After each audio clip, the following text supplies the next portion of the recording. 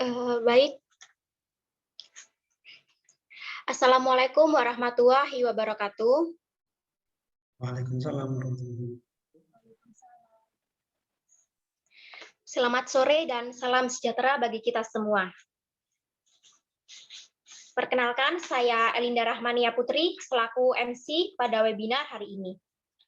Selamat datang kepada teman-teman peserta webinar pada hari ini, dan terima kasih sudah bergabung dalam webinar yang berjudul Yuk Mengenal Self-Regulation Learning.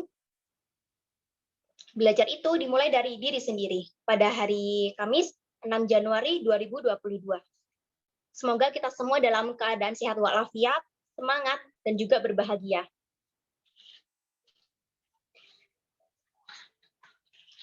Baik teman-teman peserta webinar, sebelum kita memulai pada acara ke depannya, saya akan membacakan untuk rundown pada webinar hari ini dulu ya. Untuk yang pertama, ada sesi pembukaan. Yang kedua, ada acara inti, di mana di dalamnya ada penyampaian materi, sesi diskusi, serta kesimpulan. Untuk yang ketiga, sesi dokumentasi. Dan yang terakhir, ada penutup.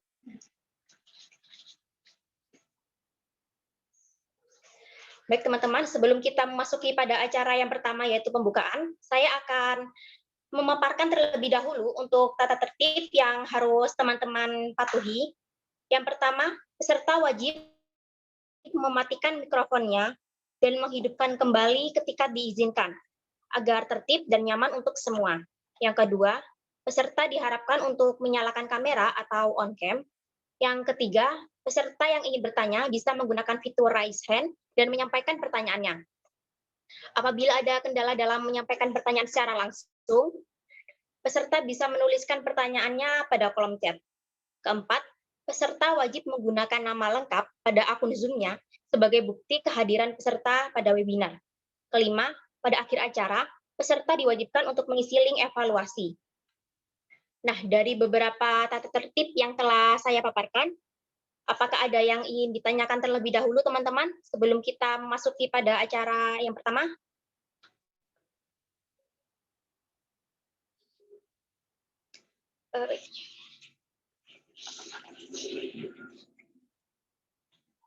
Sepertinya tidak ada ya, teman-teman. Nah, baik, jika tidak ada, kita akan masuki acara kita yang pertama, yaitu pembukaan. Mari kita berdoa terlebih dahulu menurut agama dan keyakinan masing-masing. Berdoa dimulai.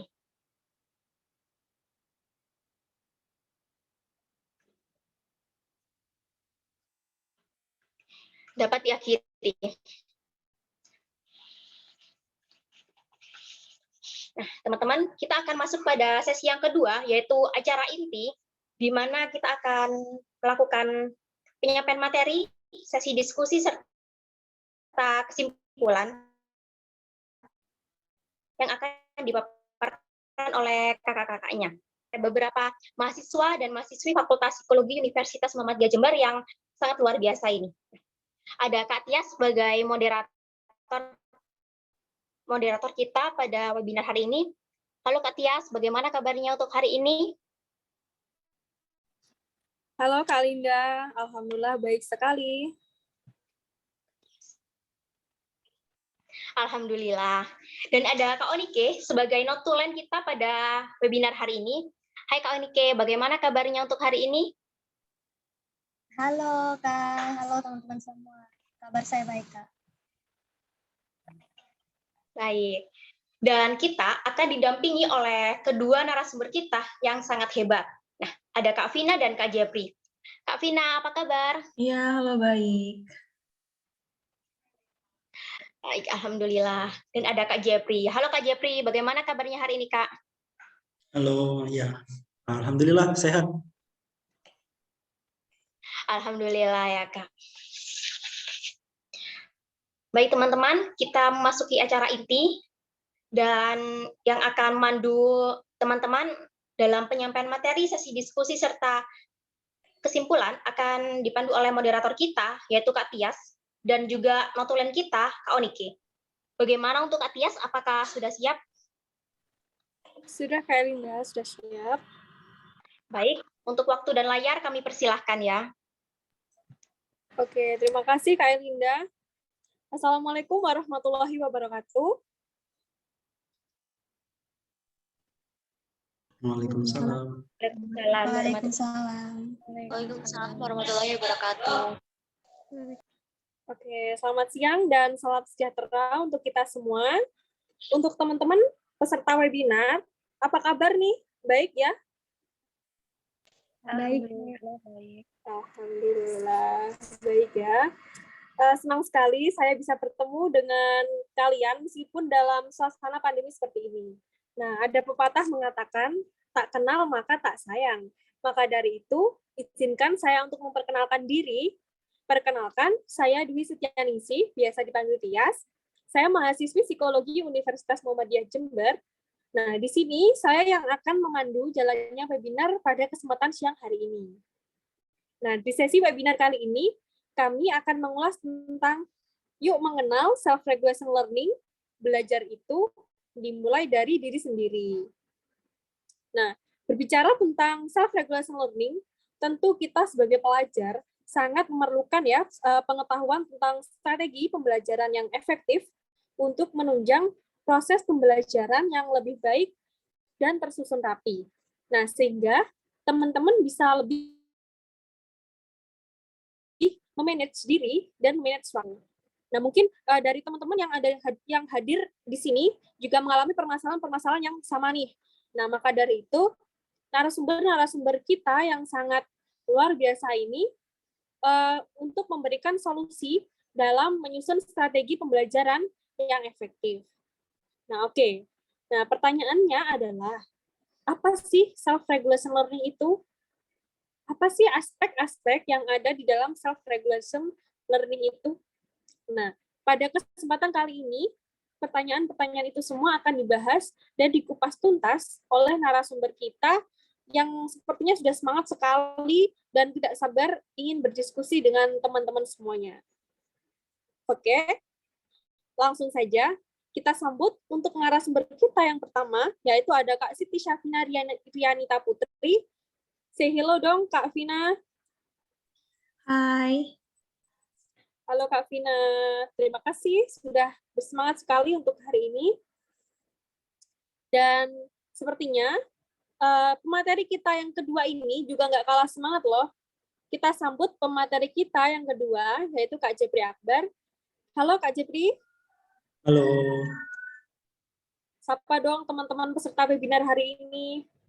Ya, selamat sore teman-teman. Semoga masih tetap semangat ya, meskipun sudah sore, waktunya bersantai, tapi semoga teman-teman tetap semangat seperti dari tadi.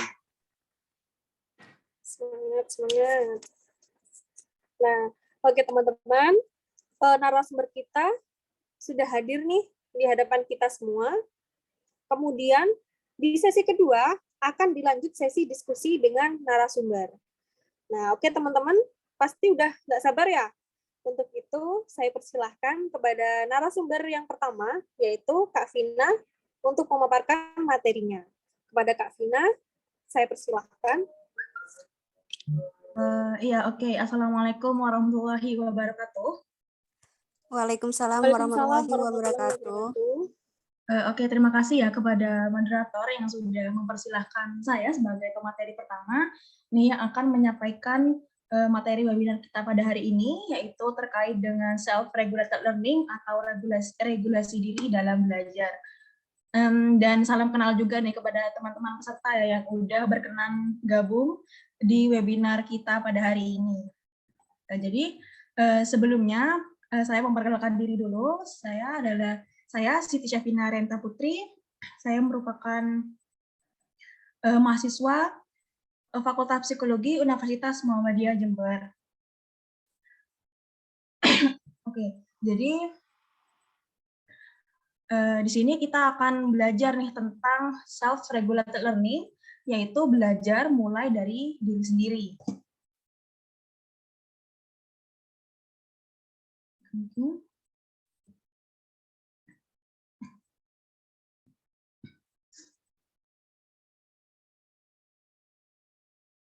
Oke. Jadi sebelumnya saya mau tanya dulu nih, di sini ada nggak yang kalau ngerjain tugas itu mepet deadline? Di sini Ada, teman-teman Kak. ada nggak? Ada, Kak. Ada. Ada ya. Jadi terus itu hambatannya apa aja sih yang bikin kalian itu kalau ngerjain tugas mepet deadline?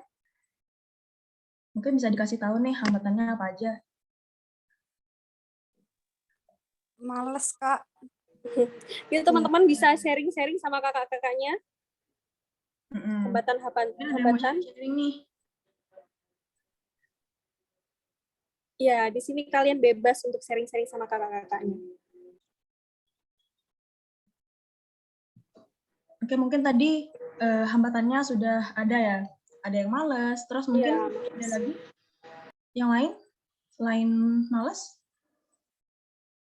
Lupa, Kak. Oke, lupa. Mungkin ada yang lain lagi?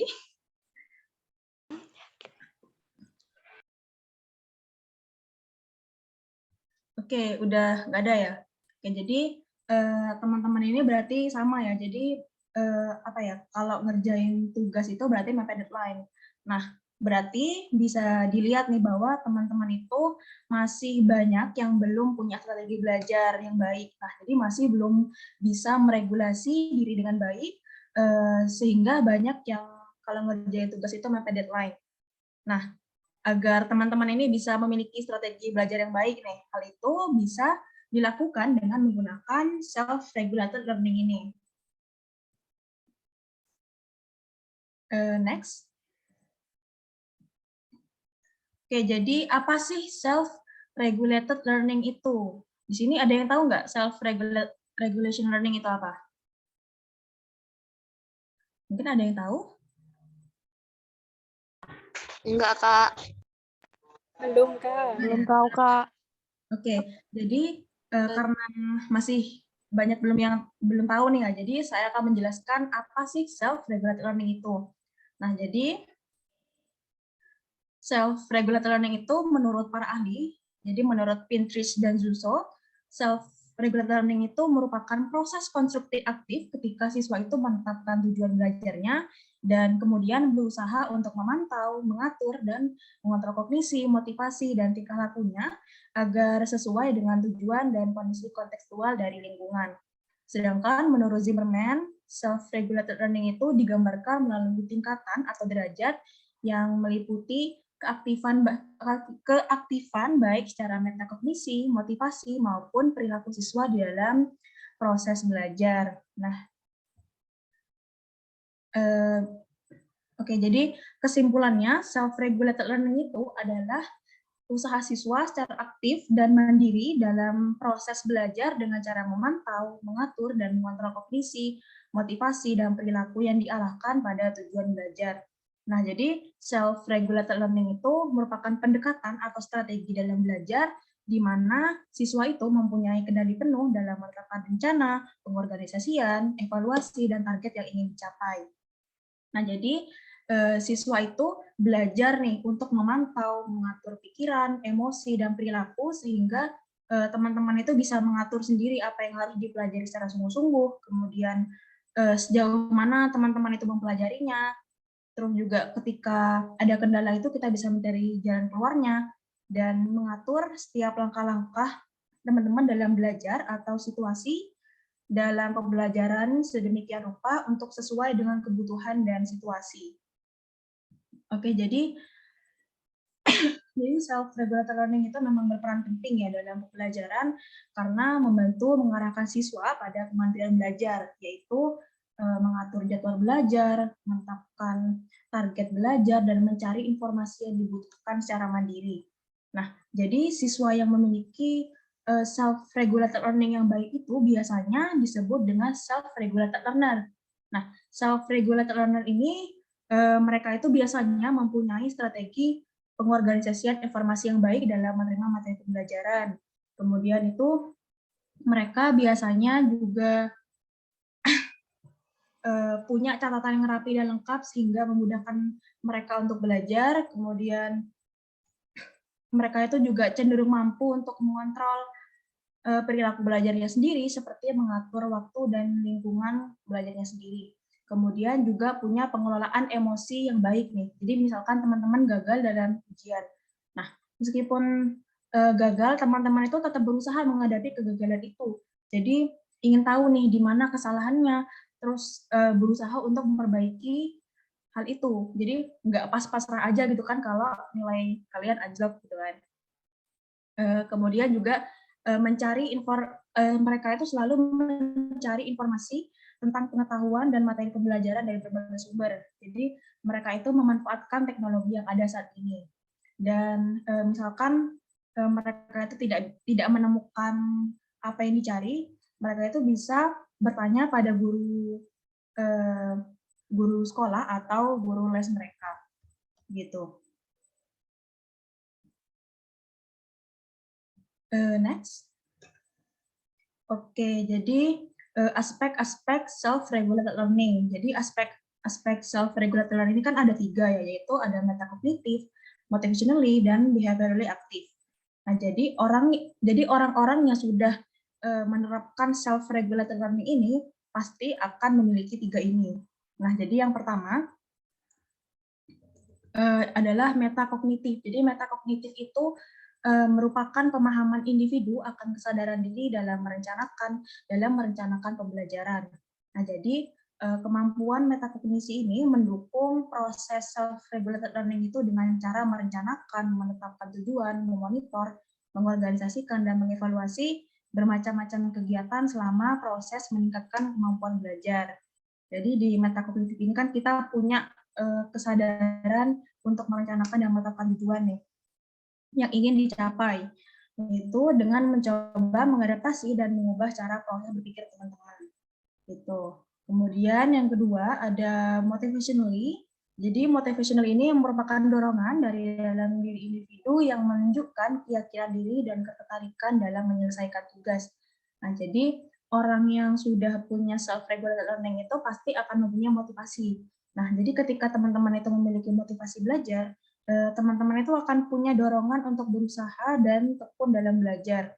Kalian itu pasti akan menunjukkan efikasi diri yang tinggi. Nah, jadi maksudnya efikasi diri yang tinggi itu maksudnya adalah teman-teman itu percaya dan yakin bahwa kalian itu mampu melakukan sesuatu hal itu. Kemudian teman-teman itu juga tertarik nih pada tugasnya dan mempunyai persepsi bahwa teman-teman itu juga mampu menyelesaikan tugas itu.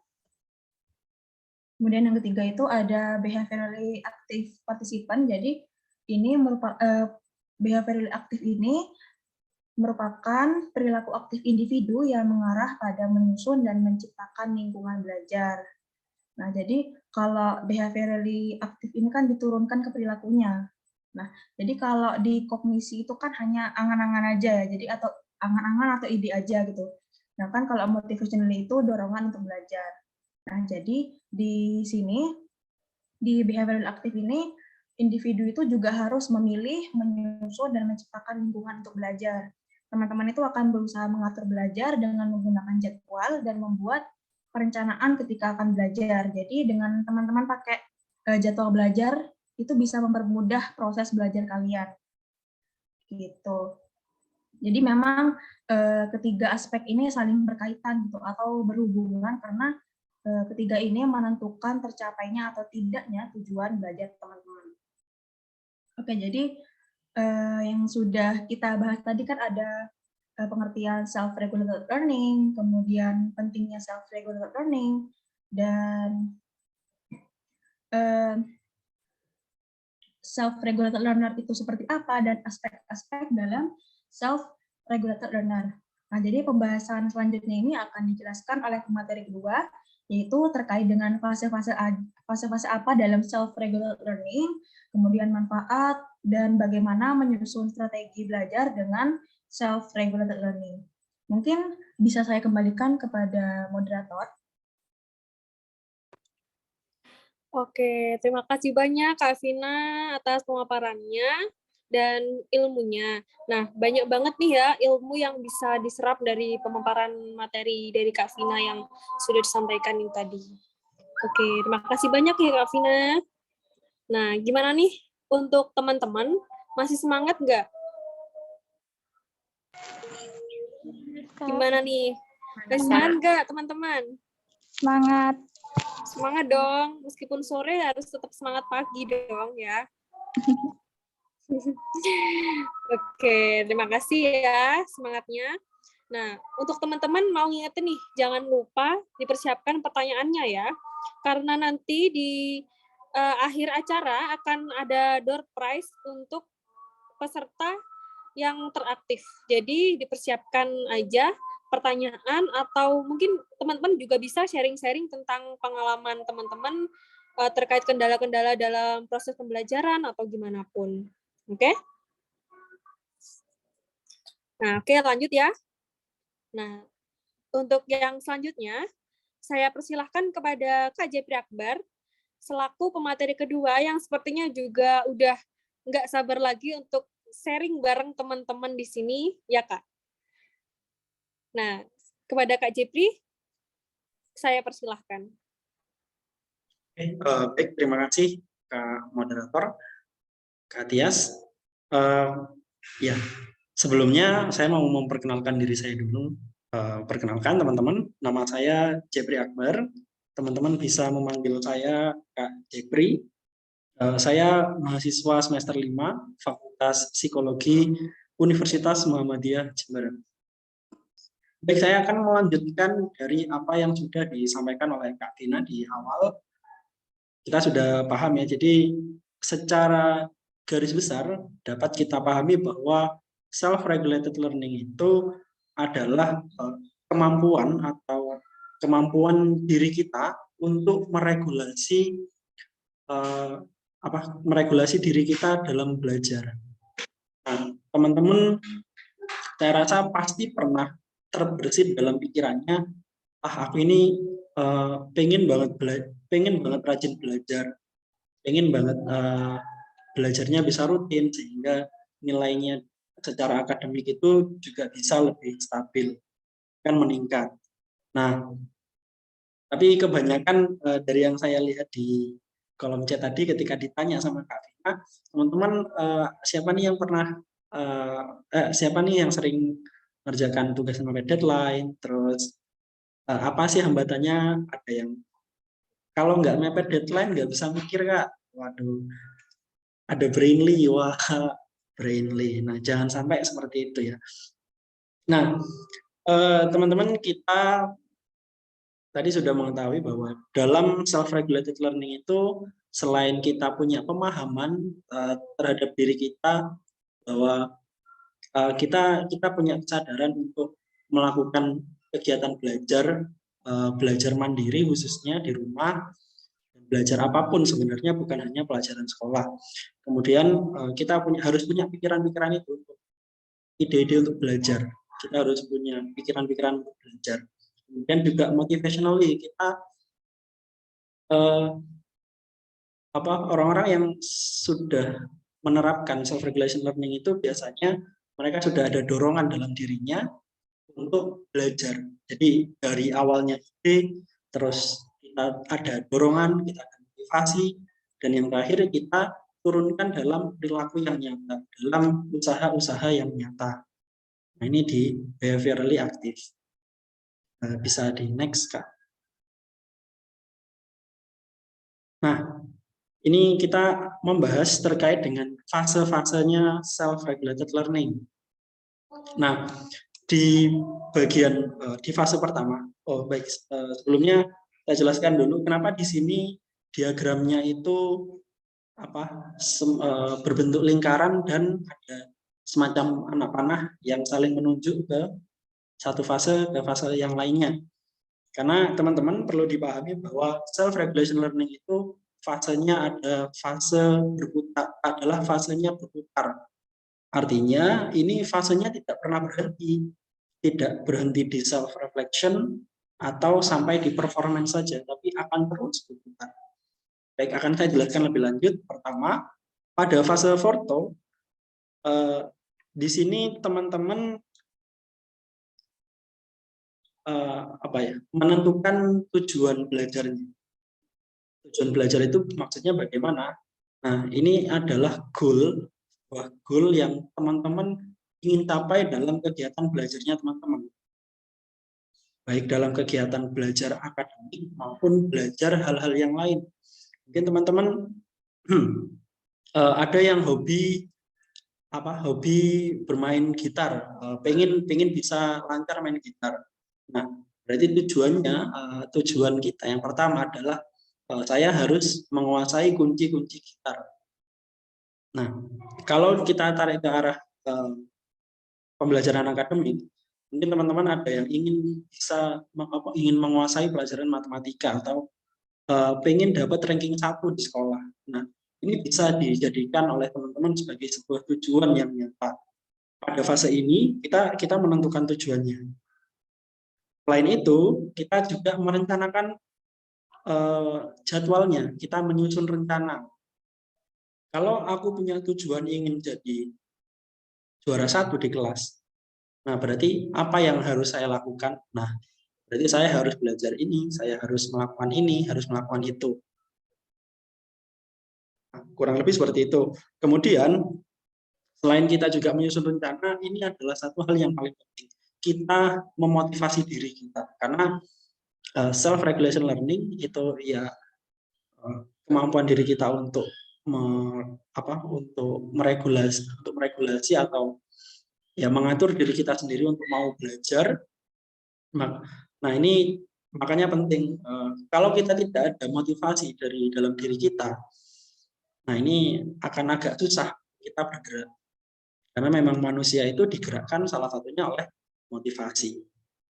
Motivasi diri, motivasi yang sifatnya intrinsik, yang sifatnya dari dalam diri kita sendiri itu akan lebih kuat pengaruhnya.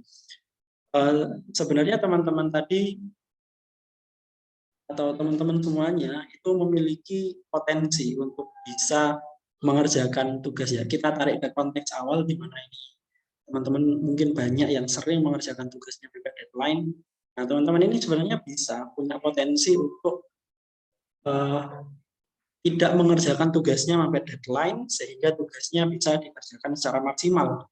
Salah satunya ya ini dengan kita menyusun perencanaan atau strategi belajar dan juga kita ada memotivasi diri juga. Nah, berikutnya di fase performance, di mana kita tadi sudah menentukan tujuan ya. Nah, kita mulai melaksanakan, kita melakukan kegiatan yang nyata, usaha-usaha yang real untuk melaksanakan perencanaan yang sudah dibuat. Nah, kemudian pada fase ketiga di fase self reflection kita melakukan introspeksi diri. Kita mengevaluasi kegiatan belajarnya kita yang masih belum yang sudah dikerjakan tadi ya, sudah dilaksanakan yang dari pelaksanaan rencana di awal. Kita evaluasi kira-kira dari pelaksanaannya apa sih yang masih kurang, apa sih yang perlu untuk ditingkatkan lagi supaya belajar kita lebih berkualitas, lebih baik. Nah, fase-fase ini tidak berhenti pada self reflection teman-teman, tapi kita kembali lagi ke fase orto. Kenapa kembali ke fase orto? Karena dari hasil evaluasi tadi itu menjadi bahan bagi kita untuk menyusun perencanaan lagi. Misal perencanaan yang di awal itu yang sudah kita buat, yang sudah kita laksanakan, ternyata hasil evaluasinya kurang bagus. Evaluasinya kita jadikan acuan dalam menyusun perencanaan di masa yang akan datang. Karena kita kan sudah tahu, kita ternyata kurangnya di sini. Ternyata belajarnya masih bolong-bolong dan macam-macam. Nah, kemudian terus berputar ke performance lagi, ke self reflection lagi, ortok lagi gitu terus. Nah, misal hasil belajarnya sudah bagus. Nah, berarti ada sesuatu yang harus kita tingkatkan karena ya, manusia itu makhluk yang dinamis. Kita itu tidak bisa berhenti pada suatu titik. Kita itu akan berusaha untuk mencapai titik-titik yang lainnya. Nah, dari itu fase dari self-regulated learning itu terus berputar. Ya, sehingga teman-teman semacam mandiri, punya kemauan sendiri yang memang teman-teman yang menginisiasi untuk mau belajar apapun itu. Next, Kak. Nah, tentu yang kita menerapkan konsep belajar self-regulated learning ini pastinya ada manfaat yang ingin kita capai. Teman-teman di sini mungkin dari pemaparan yang sudah diberikan ada yang bisa menyebutkan mungkin manfaatnya apa kira-kira menurut pandangan teman-teman? Untuk meningkatkan prestasi. Iya, bagus. Salah satunya. Terus ada lagi?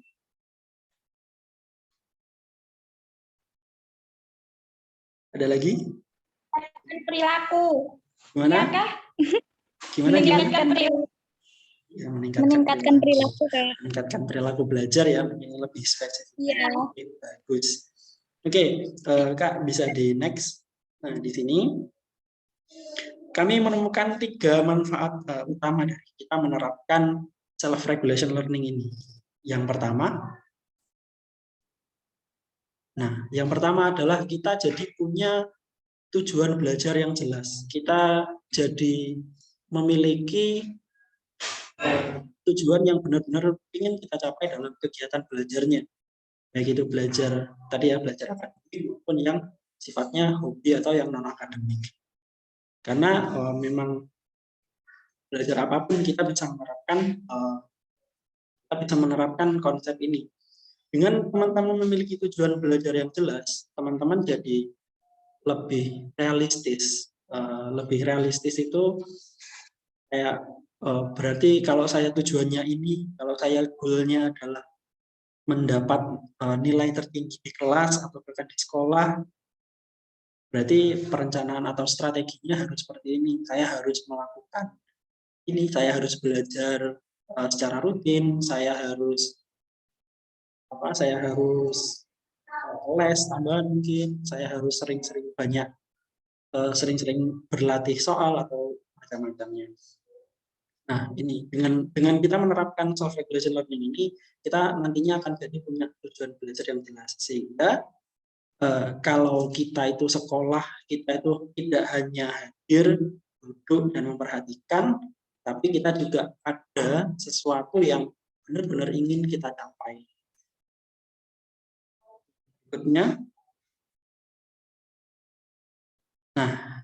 Berikutnya adalah efisiensi waktu. Ya, tadi ya terkait dengan yang pertama tadi, tujuan belajar yang jelas yang disebutkan oleh siapa tadi? Salah satu peserta itu juga tepat sekali terkait dengan prestasi belajar. Nah, dengan kita punya tujuan belajar yang jelas, kita pengen pengen mau jadi siswa dengan nilai tertinggi di sekolah atau yang mendapat ranking 1. Nah, itu kan juga merupakan prestasi. Maka dari itu, ya ini bisa sebagai cara yang kita gunakan sebagai kendaraan kita untuk mencapai prestasi-prestasi tersebut. Kemudian ada efisiensi waktu, teman-teman. Nah, ini apalagi teman-teman SMA ya, masih senang-senangnya main, darah mudanya masih mendidih. Tapi yang jadi minusnya, teman-teman ini masih buruk dalam manajemen waktunya. Nah, sehingga teman-teman kadang sering tadi ya mepet mengerjakan deadline karena memang waktu untuk mengerjakan tugas itu lebih banyak teman-teman gunakan untuk bermain. Saya yakin seperti itu karena saya sudah pernah mengalami. Kayaknya ya lebih enak main gitu daripada kita mengerjakan tugas. Enggak apalah, deadline masih lama. Nanti deadline-nya sudah dekat, deadline-nya sudah dekat. Yuk itu langsung kayak adrenalinnya langsung rush adrenalin, langsung pinter lah istilahnya, padahal tidak seperti itu. Nah, ya teman-teman perlu menghindari ya untuk terlalu sering mengerjakan tugas mepet dengan deadline, karena ya tadi hasil tugas yang teman-teman kerjakan itu tidak akan semaksimal kalau teman-teman mengerjakannya jauh-jauh dari deadline, karena teman-teman punya waktu lebih untuk mencari referensi, untuk berdiskusi dengan teman-teman yang lain.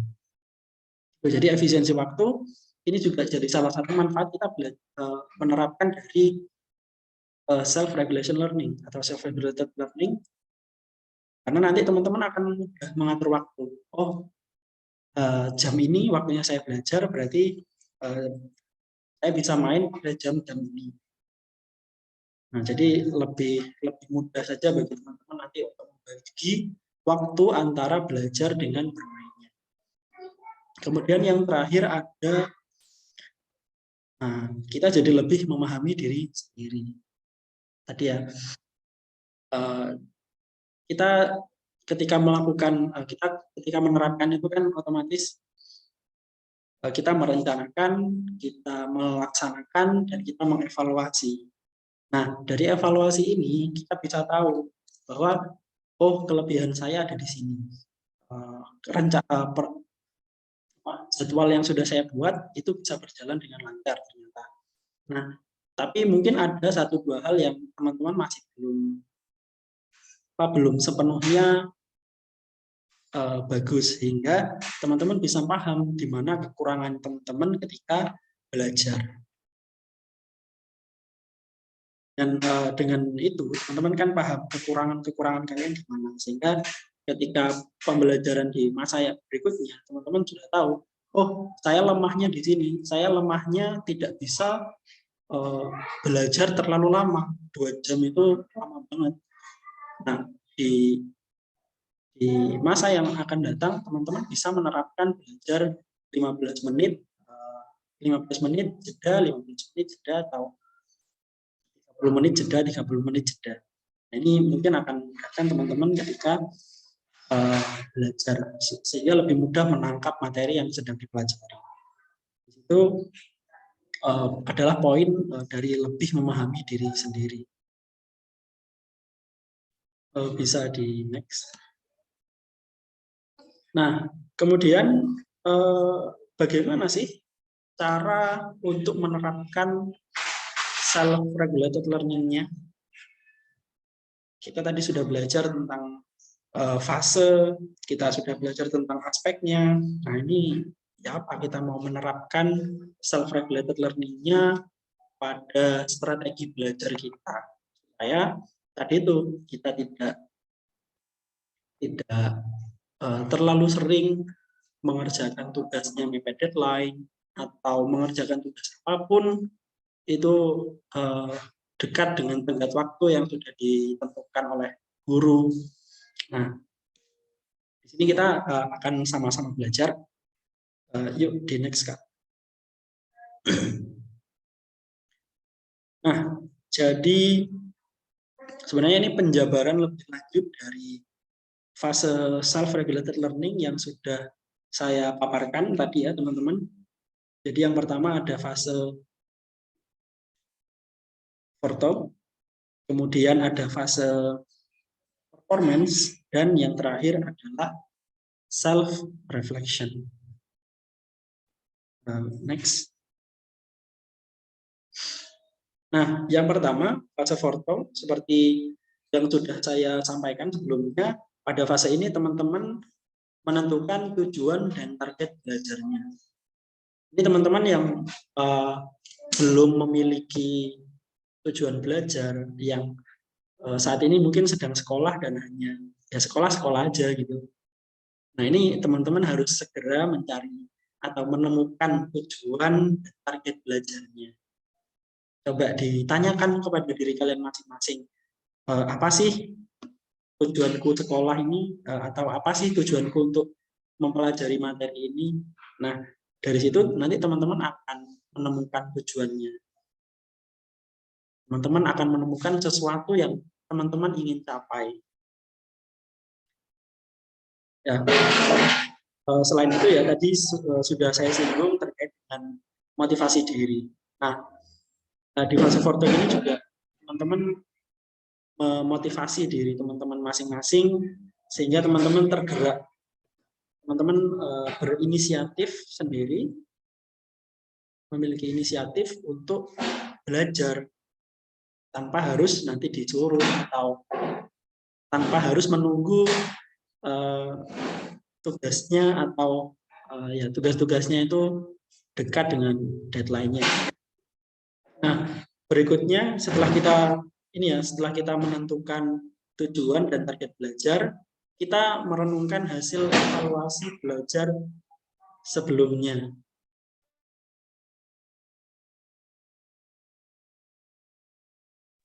Kita merenungkan hasil evaluasi belajar sebelumnya. Nah, di sini teman-teman adakah teman-teman yang belum memiliki jadwal untuk belajar atau belum punya strategi? Ada yang belum punya? Siapa saja? Makanya banyak ini. Ada. Ya. Oke, jadi banyak ya teman-teman yang masih belum punya jadwal yang tetap untuk belajar. Nah, ini kita harus kembalikan ke yang pertama tadi. Kita menentukan tujuan dan target belajar kita. Kalau kita sudah nemu, kita lihat kemarin kita belajarnya seperti apa. Apakah belajarnya hanya ketika mau ujian saja? Apakah kita kemarin itu belajarnya hanya ketika ada ulangan saja, mau ada ulangan? Nah, ini kita ketika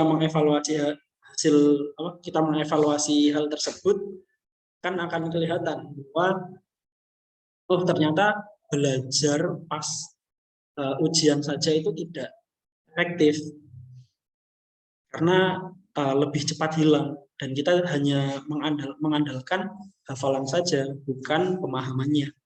Nah, maka dari situ kita ke langkah berikutnya, yaitu kita membuat rencana belajar. Teman-teman ada yang sudah punya rencana belajar, sudah punya jadwal belajar yang tetap? Ada Kak, Ya? tapi Belum. Siapa? saya sudah tapi jarang dipakai jadwalnya. Nah, kalau dari Dina ya, nah Dina bagaimana jadwal belajarnya? Dalam 1 minggu berapa kali atau berapa jam dalam 1 hari? Ini tiap hari 1 jam itu yang enggak full gitu, tapi jarang dipakai jadwalnya. Biasanya 1 hari itu pada jam. waktu apa? Jam 10 pagi gitu Kak. Jadi pagi. Nah, ini sudah bagus sebenarnya, tapi bisa dilihat ya tadi Dina juga katakan bahwa ini masih belum maksimal gitu. Pasti masih ada bolong-bolongnya. Nah, ini itu direnungkan lagi, berarti bagaimana caranya supaya tidak bolong-bolong dalam rencana pembelajaran yang berikutnya. Kita misal ya teman-teman tidak kuat untuk belajar 1 jam penuh gitu, 1 jam penuh belajar madep buku atau madep laptop atau mengerjakan tugas itu. Nah, teman-teman bisa menggunakan cara-cara seperti membagi. Maksudnya membagi itu seperti ini. Jadi 15 menit teman-teman belajar, kemudian nanti bisa 5 menit atau 10 menit, jangan lama-lama ya, 5 menit untuk istirahat, minum air atau sekedar menggerakkan badan, kemudian 15 menit lagi melanjutkan mengerjakan tugas atau belajarnya. Nah, itu teman-teman bisa mengulangi sampai 4 kali kan, itu sama saja teman-teman sudah belajar selama 1 jam. Nah, itu salah satu cara. Mungkin teman-teman bisa menyesuaikan dengan gaya belajarnya teman-teman masing-masing. Nah, rencana belajar yang dimaksud di sini, teman-teman juga selain menjadwalkan kegiatan belajarnya, teman-teman juga menciptakan lingkungan belajar yang menurut teman-teman kondusif.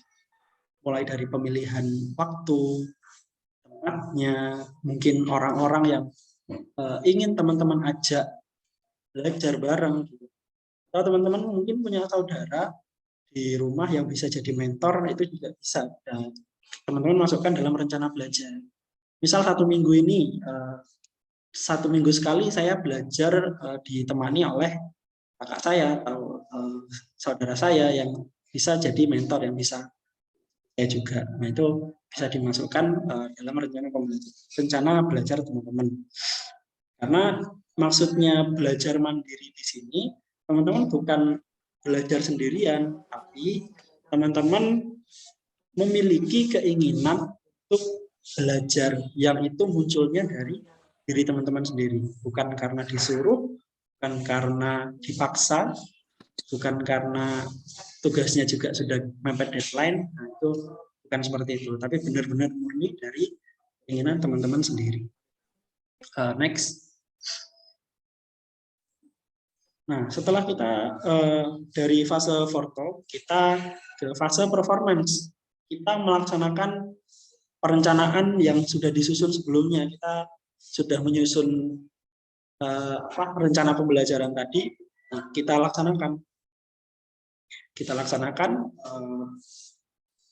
laksanakan rencana tersebut. Kita laksanakan jadwalnya. Kita berusaha konsistensikan diri kita untuk terus melakukan kegiatan-kegiatan tersebut. Juga kita sambil mengobservasi pelaksanaan dari rencana tersebut. Nah, intinya ini adalah fase kita melakukan usaha-usaha yang nyata tadi, usaha-usaha yang nyata untuk kita belajar, untuk kita meregulasi diri kita. Kita coba paksa diri kita untuk belajar, kita memotivasi diri kita mendorong diri kita supaya kita mau belajar. Karena memang sesuai dengan judul yang kita angkat, belajar itu mulainya dari diri sendiri. Karena kalau tidak dari diri sendiri, ya tidak akan maksimal hasilnya. Apalagi kita terpaksa. Di fase performance ini, selain kita melaksanakan, kita juga mengobservasi pelaksanaan dari jadwal yang sudah kita buat. Terus perencanaan yang lain yang kita. Berikutnya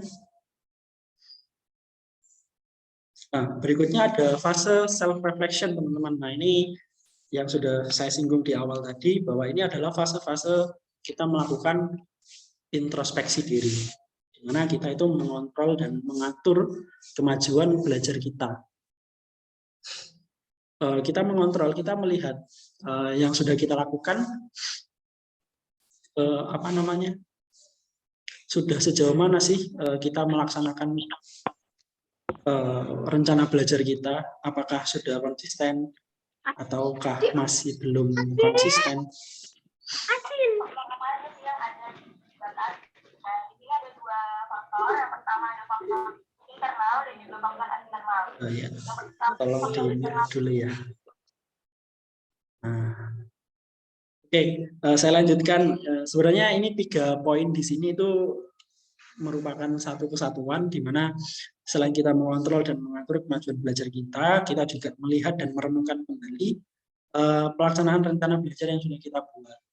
Jadi rencana di awal itu seperti apa? Rencana di awal saya belajar 1 minggu 3 kali, durasinya 2 jam, tempatnya di sini dengan orang-orang ini. Nah, tapi ternyata itu masih belum berjalan dengan baik. Ternyata saya belajar 2 jam itu nggak kuat. Belajar 2 jam itu menjemukan. Saya jadi gampang capek dan berat. Apalagi ketika orang yang sudah kita rencanakan untuk kita belajar bareng, ternyata dia nggak bisa datang. Nah, ini harus kita evaluasi lagi. Nah, di mana evaluasi yang kita lakukan ini ya tujuannya untuk meningkatkan pencapaian belajar kita di masa yang akan datang. Nah, teman-teman, untuk fase-fase ini sebenarnya itu kembali lagi ya ke awal tadi, kita berputar, itu fasenya berputar. Jadi hasil dari evaluasi ini kita gunakan sebagai bahan kita untuk bahan kita untuk menyusun perencanaan belajar yang lebih baik. Karena sebelumnya mungkin masih ada kelemahan-kelemahannya, masih ada yang kurang, yang membuat kegiatan belajarnya belum optimal. Ya kita optimalkan di kegiatan belajar kita yang berikutnya. Nah begitu, jadi berputar terus sehingga teman-teman jadi benar-benar punya tujuan, teman-teman punya rencana, teman-teman melaksanakan rencana tersebut, sehingga kan ini nggak akan pernah berhenti, bahkan sampai kapanpun teman-teman akan punya tujuan ketika melakukan sesuatu. Ini bukan hanya dari segi akademik, ya, bukan hanya dari segi sekolah saja, tapi belajar apapun, belajar tentang hal-hal yang teman-teman sukai, yang meskipun itu di luar dari kegiatan akademik, itu kalau teman-teman menerapkan konsep ini, hasilnya pasti akan sangat baik sekali. Karena belajarnya itu benar-benar dari keinginan teman-teman sendiri, dari dorongannya dari diri kalian sendiri. Nah, mungkin teman-teman di sini masih berangan-angan gitu, masih punya angan-angan gitu. Oh, aku pengen gitu belajar rajin banget. Nah, tapi masih belum ada actionnya. Nah, di sini kita coba kita action. Kita sudah punya angan-angan tadi ya. Kita sudah ada angan-angan kan berarti ada sesuatu yang ingin teman-teman capai. Nah, ini tinggal kita bagaimana menumbuhkan dorongan atau menumbuhkan motivasi dari dalam diri kita untuk mencapai tujuan tersebut, untuk bergerak mencapai tujuan tersebut. Nah, jangan lupa juga angan-angan dan dorongan dari dalam diri kita tidak akan membuat kita mencapai tujuan yang kita inginkan apabila kita itu tidak ada aksi yang nyata, tidak ada usaha yang real untuk mencapai tujuan tersebut. Sepertinya hanya ini ya lanjutan materi yang bisa saya sampaikan. Terima kasih atas perhatian teman-teman semuanya. Apabila teman-teman ada pertanyaan yang mungkin dari awal tadi sampai saat ini, teman ada sesuatu yang ingin didiskusikan lebih jauh, silakan. Setelah ini ada sesi diskusinya sendiri. Silakan. Terima kasih, saya kembalikan ke moderator. Ya, oke. Terima kasih Kak Jibril Akbar atas pemaparannya. Seru ya ternyata. Nah, dan sepertinya banyak banget ya yang pengetahuan-pengetahuan yang bisa kita ambil dari kedua materi kita yang sudah dipemaparkan oleh narasumber kita. Nah, beri applause dulu dong untuk kedua pemateri kita. Oke, teman-teman semuanya, sekarang kita masuk pada sesi ketiga, yaitu sesi diskusi bersama narasumber. Saya berikan kesempatan 3 orang terlebih dahulu ya, teman-teman. Silahkan teman-teman bisa menggunakan fitur raise hand, atau juga bisa menulis pertanyaan di room chat. Jangan lupa menyebutkan nama dan asal sekolah kalian ya.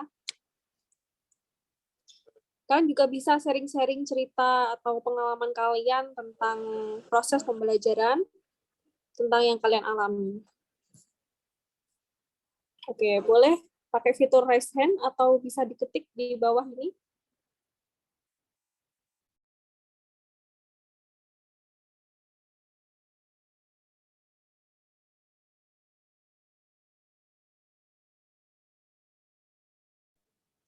Kak, izin bertanya. Ya, siapa? Perkenalkan, nama saya Ayu Rahmatuzana. Saya dari SMA N1 Pesanggaran, Banyuwangi. Ya, silakan Kak Ayu. Pertanyaan saya, apa yang paling berpengaruh? Hambatan apa yang paling berpengaruh dalam menyusun jadwal belajar dan aksi yang nyata? Dan bagaimana cara menyelesaikan hambatan tersebut?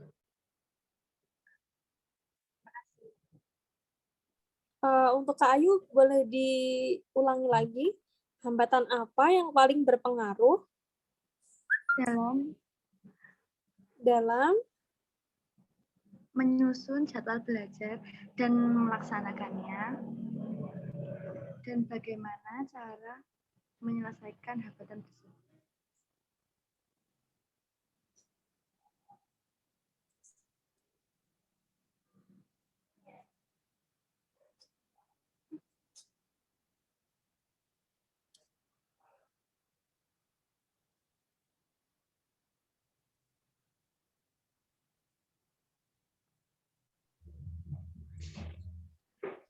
Oke, pertanyaan dari Kak Ayu, hambatan apa yang paling berpengaruh dalam menyusun jadwal belajar dan bagaimana cara melaksanakannya, juga bagaimana cara menyelesaikan hambatannya. Begitu ya Kak Ayu?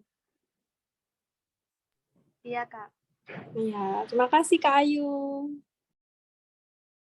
Sama-sama. Oke, ini mau langsung dijawab dulu atau mau ditampung dulu, narasumber? Boleh. Boleh langsung dijawab saja. Oh, boleh. Mau dari Kak Jepri dulu atau Kak Vina yang mau menjawab?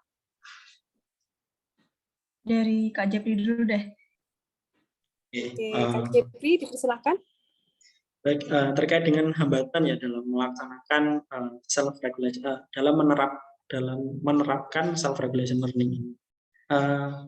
Ini hambatan yang paling utama itu sebenarnya adalah motivasi. Nah, kenapa ini jadi hambatan utama? Karena tadi sudah sempat saya singgung ya bahwa seseorang itu ya akan, atau dalam psikologi itu seseorang itu, individu itu perilaku karena adanya motivasi atau dorongan dari dalam dirinya atau dari dorongan dari luar, sehingga dia itu mau bergerak atau mau berperilaku. Nah, ini belajar dalam artian luas itu kan bagi banyak orang ya, itu hal yang mungkin agak membosankan, sehingga kalau teman-teman tidak pintar-pintar memotivasi diri teman-teman sendiri, ini akan susah sekali. Nah, untuk hambatan yang paling hambatan utamanya sih mungkin itu. Kemudian untuk bagaimana kita mengatasi hambatan tersebut, kalau dari saya, kita kita belajar memotivasi diri kita lewat hal-hal yang kita sukai. Misal begini, kita memberikan semacam self reward kepada diri kita ketika kita sudah kita sudah melakukan gini untuk kita ke konteks yang belajar ya. Ketika kita sudah menyelesaikan satu tugas, kita memberikan hadiah kepada diri kita sendiri, terserah hadiah apapun, entah itu nanti beli ice cream atau atau nanti beli buku atau apapun, yang itu sifatnya adalah menghadiahi diri kamu sendiri, sehingga kamu jadi tergerak untuk melakukan hal-hal yang lainnya yang sudah menjadi tugas kamu. Jadi misal ada tugas, kalau saya bisa menyelesaikan tugas ini sebelum deadline, nanti kita beli es krim, kita makan-makan, atau kita jalan-jalan kemana gitu. Nah, itu salah satu cara yang mungkin bisa diterapkan oleh teman-teman untuk sedikit memotivasi diri teman-teman masing-masing dalam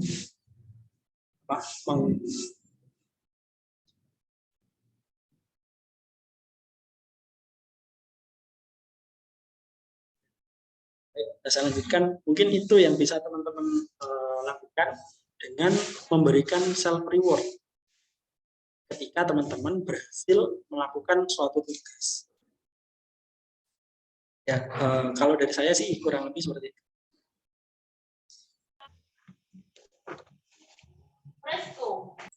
Oke, terima kasih Kak Jepri. Ya, saya setuju sih dengan pendapatnya Kak Jepri karena self-made itu menurut saya juga penting banget ya Kak, karena kita terkadang kita lupa memberikan memberikan apresiasi. Kita udah kerja keras, tapi kita lupa mengapresiasi diri sendiri gitu. Jadi bolehlah sekali-kali kayak misal kita habis melakukan sesuatu dan berhasil, nah kita kasihlah reward kepada diri sendiri, beli es krim atau apa gitu. Ya boleh sih. Nah untuk yang selanjutnya, untuk Kak Vina, gimana pendapatnya terkait pertanyaan dari Kak Ayu? Sebenarnya kalau dari aku sebenarnya sama ya. Jadi memang hambatan terbesarnya itu adalah motivasi ini, karena memang kalau motivasi ini kan berperan penting gitu kan dari self-regulated learning. Jadi kalau kita nggak pintar-pintar punya motivasi itu kan akan sangat susah gitu ya. Jadi dan cara mengatasinya itu ya memang juga harus memberikan self reward pada diri kita sendiri. Jadi misalkan kalian itu memang udah mencapai target yang diinginkan gitu. Nah itu kalian bisa memberikan reward seperti self healing gitu kan, mungkin dengan mungkin dengan menonton film atau istirahat atau bermain seperti itu. Itu sih kalau dari aku.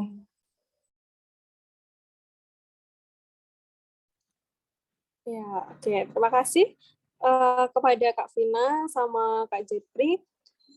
Untuk Kak Ayu gimana? Apakah ada sanggah atau ada pendapat?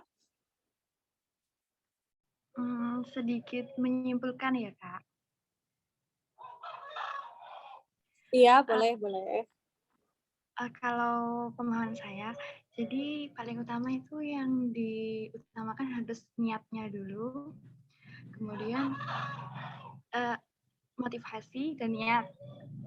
Dan motivasi itu tidak selalu didapat dari luar, tapi juga dalam diri sendiri. Begitu kira-kira. Ya, dan jangan lupa memberikan reward pada diri sendiri atas kerja keras kita. Gitu. Oke, terima kasih Kak Ayu. Nah, untuk yang selanjutnya, yuk siapa lagi nih yang mau bertanya? Saya, Nah, di Kak. sini. Oh ya, tadi Kak Mira ya. Kak Mira tadi udah ini. Mungkin yang di kolom chat Di terlebih dahulu. kolom chat. Oke. Habis dari kolom chat nanti Kak Mira ya. Oke. Kak Unike? Ya, Silahkan. yang di kolom chat ini sudah ada beberapa teman-teman yang sudah bertanya. Untuk penanya pertama, saya bacakan pertanyaannya. Selamat sore, perkenalkan, saya Agnesia dari Sunan Bondowoso. Mohon maaf, pertanyaan saya tulis di kolom chat dikarenakan sinyal sedang tidak stabil. Izin bertanya kepada kakak pemateri, self-regulation learning ini baik diterapkan sejak kapan? Apa di usia kami yang sekarang ini merupakan usia yang pas dalam menerapkan self-regulation learning? Terima kasih. Ya, itu pertanyaannya dari Kak Agnes. Langsungkan saja pada pemateri, Kak Jepri atau Kak Vina yang mau menjawab duluan. Ya, oke. Jadi silakan Kak Jepri atau Kak Vina terlebih dahulu yang akan menjawab. Gimana? Mungkin dari aku dulu kali ya. Oke. Ya, silakan Kak Vina.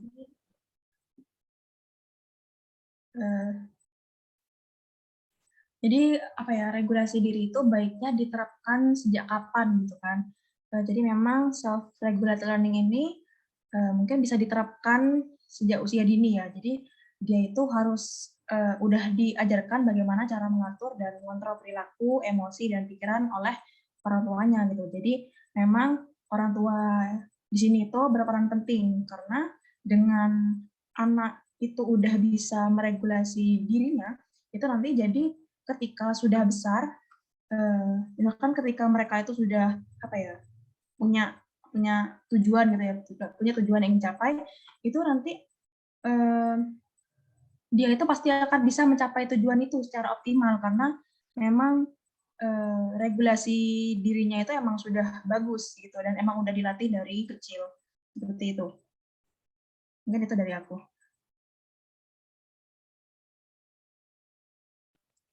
Oke, terima kasih Kak Vina. Nah, lalu selanjutnya Kak Jepri, dipersilahkan. Terima kasih pertanyaannya Agnestia. Nah, terkait apakah usia kalian ini sudah, apakah terkait dengan usia kalian ini apakah sudah tepat? Nah, kami kira bahwa usia teman-teman yang masih SMA sederajat itu ini sudah tepat sekali untuk mulai menerapkan self regulation learning, karena banyak sekali dari teman-teman ini memang ya belajar itu hanya ketika ada kebutuhannya saja, belajar hanya ketika mau ujian, ketika mau ulangan saja, padahal itu kurang tepat. Nah, ini teman-teman yang sudah SMA ini kan itu ya sudah istilahnya sudah mulai memasuki remaja akhir ke dewasa awal, di mana teman-teman ini sudah punya kesadaran diri yang lebih baik daripada teman-teman yang mungkin masih SD atau SMP. Jadi ini kami rasa tepat sekali apabila teman-teman mulai menerapkan self-regulated learning, sehingga teman-teman bisa menginisiasi diri teman-teman masing-masing untuk belajar, sehingga tidak harus karena disuruh atau karena ada ulangan atau ujian. Nah, ini memang usia-usia ini kami rasa cukup tepat. Tapi apakah usia di bawahnya kurang tepat? Tidak seperti itu, karena ini juga tergantung kepada pembiasaan atau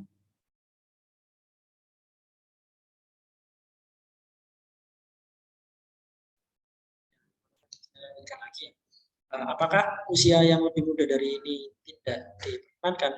Itu juga bisa lebih baik, karena seperti yang sudah disampaikan Kak Vina, ketika kita mulai dari kecil dibiasakan untuk bisa mengatur diri kita dalam hal pembelajaran, dalam hal belajar, kita ketika usia dewasa akan lebih mudah lagi, karena kita sudah terbiasa merencanakan kegiatan apa yang akan kita lakukan, kita juga terbiasa mengevaluasi diri kita.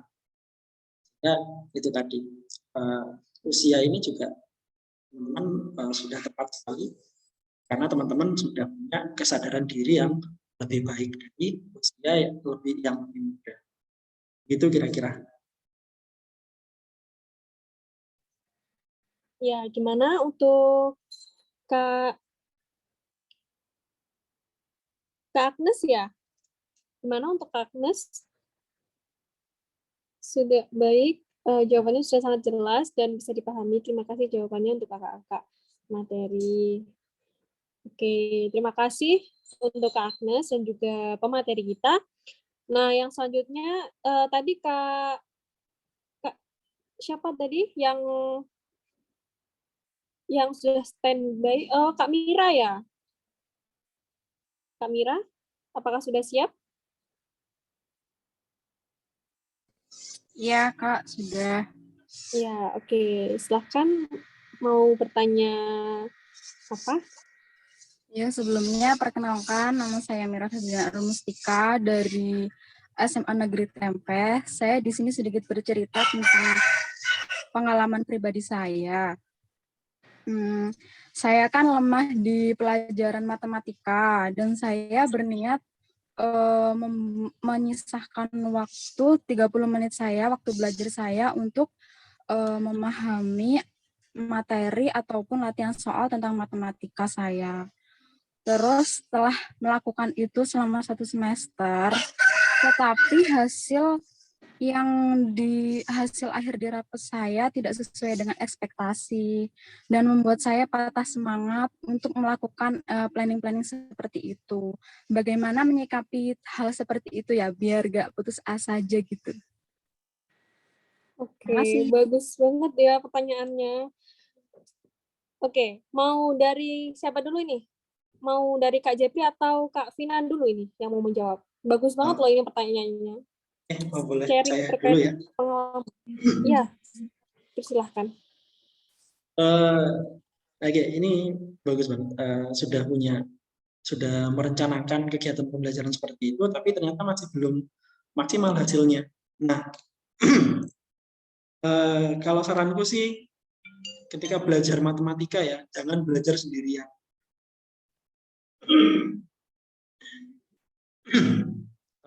Maksudnya kita juga harus punya mentor. Mungkin tadi ya Mira lemah di matematika sehingga menyisakan waktu sendiri untuk bisa belajar matematika tersebut. Nah, tapi karena tidak ada sebenarnya ini saya tanya dulu, Mira sudah ada mentor atau teman yang biasanya diajak belajar?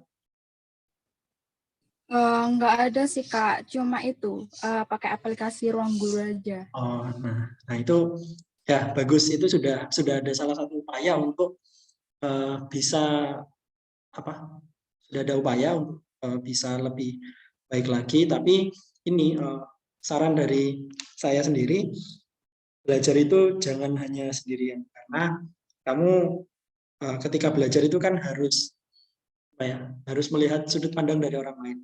Mungkin gini, kamu pernah nggak mengerjakan soal matematika, kamu sudah hitung ke sana kemari, tapi ternyata hasilnya tidak ada di pilihan jawaban.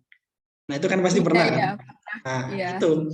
Maka dari itu kita belajarnya juga harus dengan orang lain. Mungkin kamu punya teman yang lebih bagus di bidang matematika, itu bisa kamu ajak untuk mentor kamu, mentor sebaya namanya. Nah, ya mentor sebaya, sehingga kamu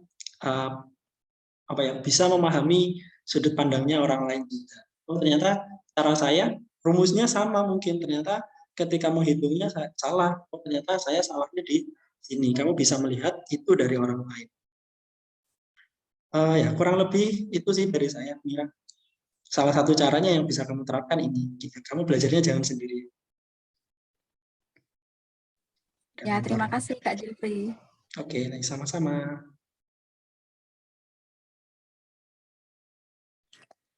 Oke, nah itu tadi kan pemaparan dari Kak Jepri ya. Nah, untuk dari Kak Vina, silahkan Kak Vina. Jadi sebenarnya kalau dari aku juga sama ya, karena kalau apalagi belajar MTK gitu ya. Jadi kalau MTK itu sebenarnya jangan belajar sendirian. Jadi memang harus punya teman yang emang udah paham MTK gitu ya buat ngajarin kalian gitu. Jadi kayak kalian tuh bisa sharing-sharing gitu kan, bisa belajar bareng gitu. Karena dengan kita punya teman belajar atau yang bisa ngajarin kita buat belajar MTK itu bisa sangat memudahkan kita untuk memahami pelajaran MTK itu gitu. Jadi mungkin itu bisa ada perkembangan gitulah dalam kalian itu belajar MTK gitu. Sedikit tambahan ya, tadi sebenarnya sudah bagus. Nah, tapi itu ya, jadwal belajar yang sudah kamu buat itu tetap dipertahankan untuk dilakukan. Tapi juga dalam pelaksanaannya jangan lupa melibatkan orang lain.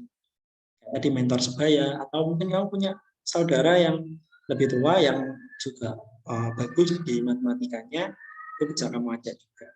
Kamu minta tolong. Itu sih. Terima kasih. Terima kasih Kak sarannya Kak Jeffrey, Kak Vira. Iya, sama-sama. Nah, aku juga setuju sih. Kalau kita belajar belajar bareng-bareng sama teman, itu pasti Kak sedikit pasti ada kayak kita termotivasi gitu. Tapi kalau kita belajar sendiri kayak Yus nggak bisa, misal kita udah ngitung nggak nemu, ya udah kayak kita udah males kayak gitu. Nah tapi kalau ada teman, nah ada yang apa ya, dorong kita untuk semangat lagi gitu. Oke, gitu ya, Kak Mira. Oke, bisa next ke pertanyaan selanjutnya ya, Kak Onike. Dipersilahkan. Baik, Kak. Untuk pertanyaan selanjutnya ada dari Kakak Dina. Assalamualaikum. Sebelumnya perkenalkan nama saya Dina Silviana dari SMA Negeri 1 Pasanggaran. Kak, mau nanya nih, apakah SRL atau self-regulation learning berbeda dengan luring atau tatap muka? Mohon dijelaskan, Kak. Pertanyaan ini saya serahkan langsung ke pemateri. Ini boleh langsung saya tanggapi ya. Iya boleh, Kak Jepri, dipersilahkan. Oke, ya dari Dina ya ini. Ya mungkin tadi Dina agak tidak menangkap poin-poinnya. Jadi SRL ini atau self-regulated learning ini adalah kemampuan diri kamu untuk untuk apa ya, berinisiatif belajar sendiri, belajar mandiri. Belajar mandiri tadi bukan maksudnya kamu belajar sendirian, tapi niat belajarnya itu munculnya dari dalam diri kamu sendiri. Ini semacam apa ya, kayak semacam apa, konsep belajar.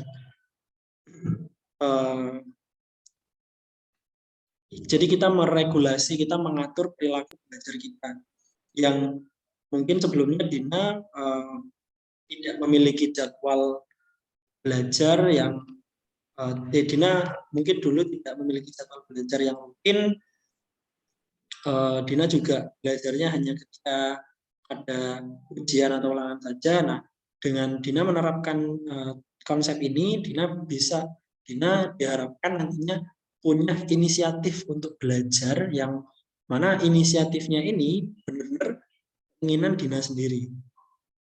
Jadi ini tidak berkaitan dengan pembelajaran secara luring atau daring ya, tapi lebih ke Dina menumbuhkan keinginan dari dalam diri Dina untuk belajar, untuk melakukan kegiatan belajar apapun, mau itu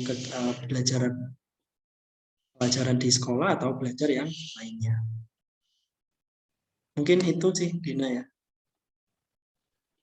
Iya maaf Kak, tadi soalnya ketinggalan yang pertama.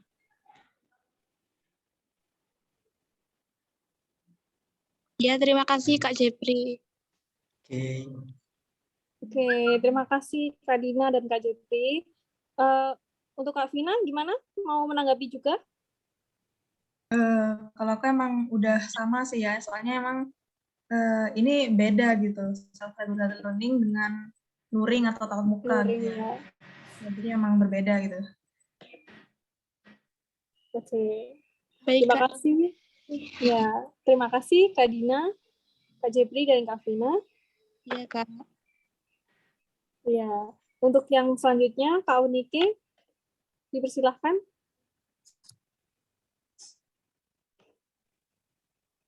Baik, untuk penanya selanjutnya ada dari Kakak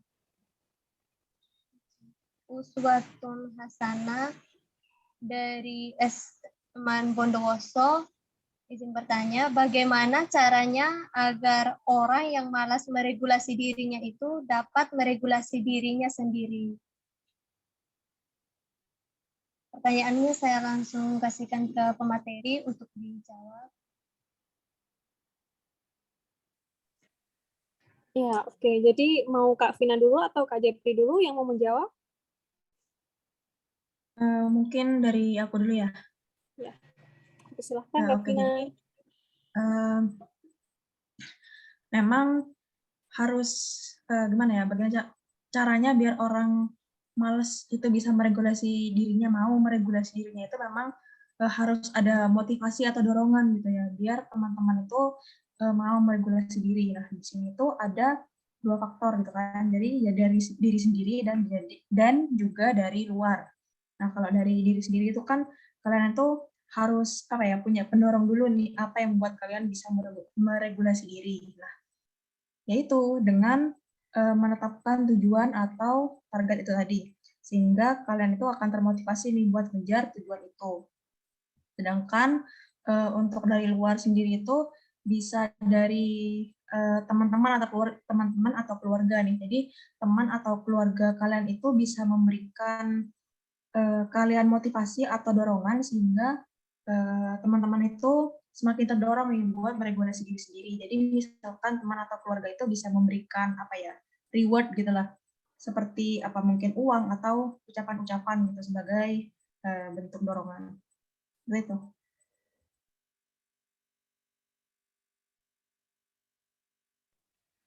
Oke, terima kasih banyak Kak Vina pemaparannya. Lanjut nih langsung pendapat dari Kak Jepri. Silahkan Kak Jepri. Nah ini bagaimana cara orang yang malas meregulasi dirinya bisa meregulasi dirinya. Tadi yang seperti saya jelaskan di awal ya, yang pertanyaan pertama tadi, harus ada motivasi dari dalam diri kamu. Nah, sehingga kalau motivasi ini belum muncul, ya kamu tidak akan bergerak, kamu tidak akan ada actionnya.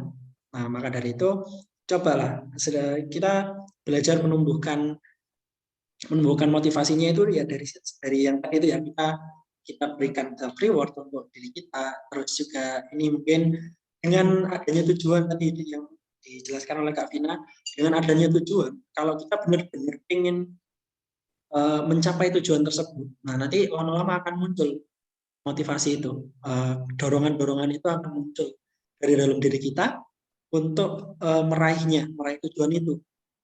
Sehingga itulah yang yang akan menggerakkan kita, yang membuat kita action. Maka dari itu kenapa tadi di fase yang awal tadi adalah fase kita menentukan tujuan. Nah ini karena dengan adanya tujuan, otomatis kan seseorang itu akan terdorong, dia akan termotivasi untuk mencapai tujuan tersebut. Sehingga orang yang malas pun, kalau dia punya tujuan yang kuat, dia punya tujuan yang benar-benar dia capai, nah malasnya ini akan hilang. Mungkin ya kurang lebih sama dengan yang disampaikan Kak Vina ya. Ini terkait dengan motivasi. Lagi-lagi teman-teman coba deh banyak-banyak baca buku terkait dengan motivasi, atau melihat kisah-kisah orang lain sebagai dorongan untuk kalian masing-masing. Terima kasih. Oke, gimana untuk Kak siapa penanyanya? Untuk Kak Uswatun Hasanah ya? Oke, baik Kak, terima kasih atas jawabannya. Nah, oke, terima kasih. Nah, sekarang cuma kurang satu lagi nih yang ada di kolom chat. Kak Onike, saya persilahkan.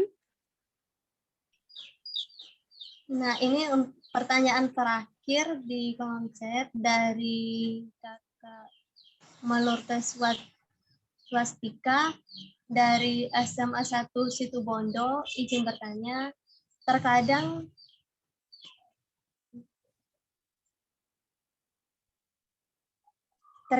kita sudah ada niat dalam membuat plan atau membuat perencanaan untuk belajar atau untuk memulainya sulit. Jadi saat ini ingin action tetap menjadi kendala. Sebenarnya faktor-faktor apa saja yang mempengaruhi self-regulation learning? Terima kasih.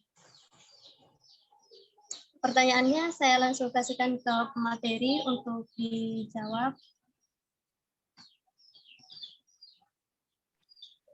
Ya, mau Kak Jepri dulu atau Kak Vina dulu yang mau menanggapi? Dari Kak Jepri dulu mungkin. Oke, silahkan Kak Jepri.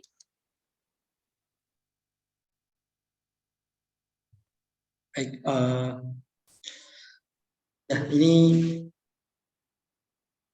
sudah kita sampaikan tadi di awal terkait dengan faktor yang mempengaruhi SRL. Ya tentunya tadi ada motivasi ya di sana. Ya, jadi benar-benar motivasi ini sangat penting, berperan penting bagi seseorang karena ya tadi dasarnya kita berperilaku itu ya motivasi ini.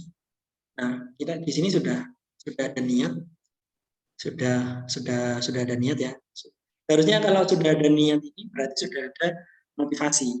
Kemudian sudah membuat perencanaan untuk belajar, tapi memulainya sulit. Nah, actionnya ini untuk mau action itu rasanya kok sulit sekali. Bisa jadi gini, pertama tujuan yang ingin dicapai masih kurang realistis. Kedua, perencanaan atau strategi yang dibuat itu tidak sesuai dengan kemampuan teman-teman. Nah, tadi teman-teman punya tujuan untuk menjadi siswa dengan nilai tertinggi di kelas atau ranking pertama. Nah, sebenarnya tujuan ini realistis, tapi strategi pembelajaran yang teman-teman susun itu masih kurang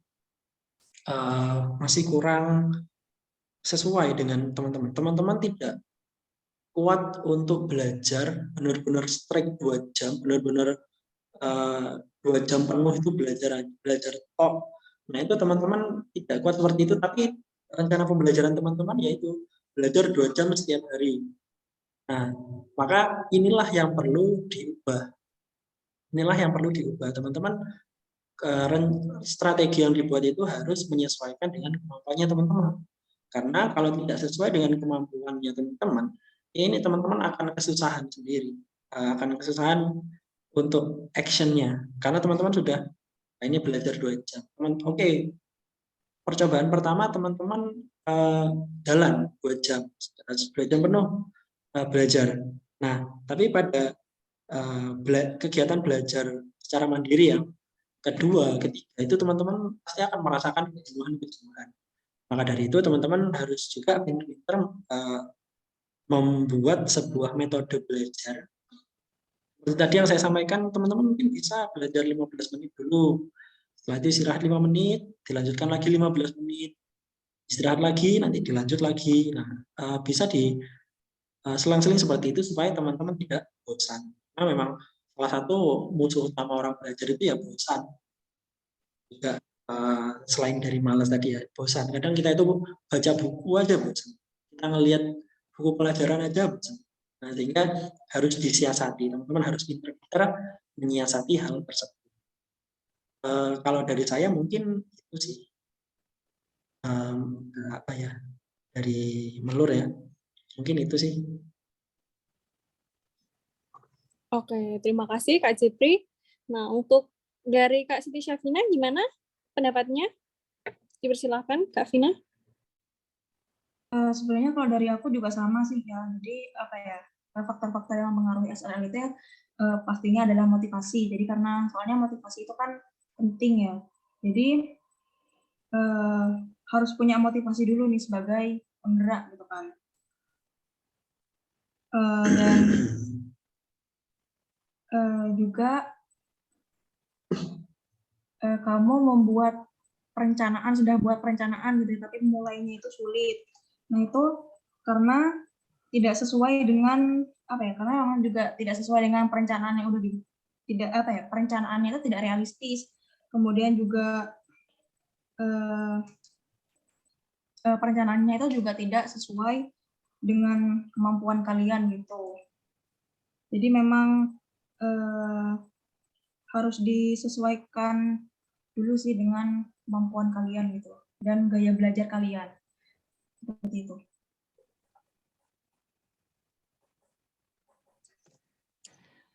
Ya, terima kasih Kak Jepri dan Kak Vina. Nah, untuk Kak Melur ya, gimana Kak Melur? Baik, Kak. Terima kasih untuk jawabannya. Berarti untuk kesimpulannya, berarti saya harus memperbaiki antara tujuan atau motivasi saya terhadap rencana agar bisa sesuai dengan yang di apa ya, yang di awal atau tujuan awalnya, dan memperbaiki kekurangan realistisnya.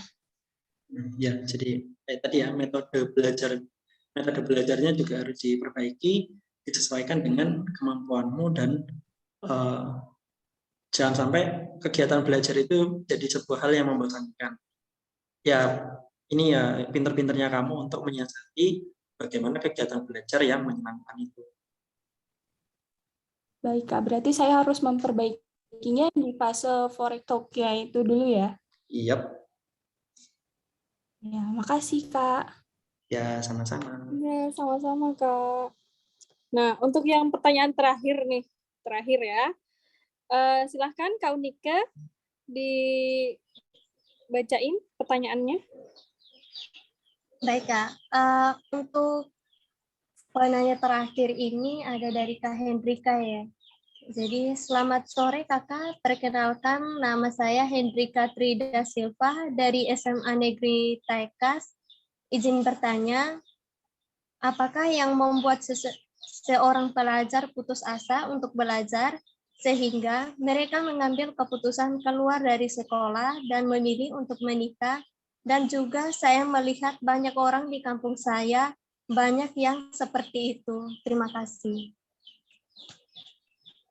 Pertanyaannya saya langsung serahkan ke pemateri untuk dijawab.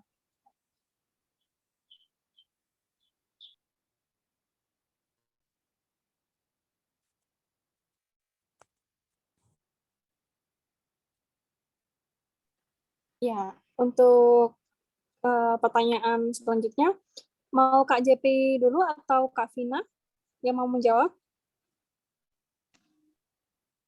Kak JP dulu. Kak JP?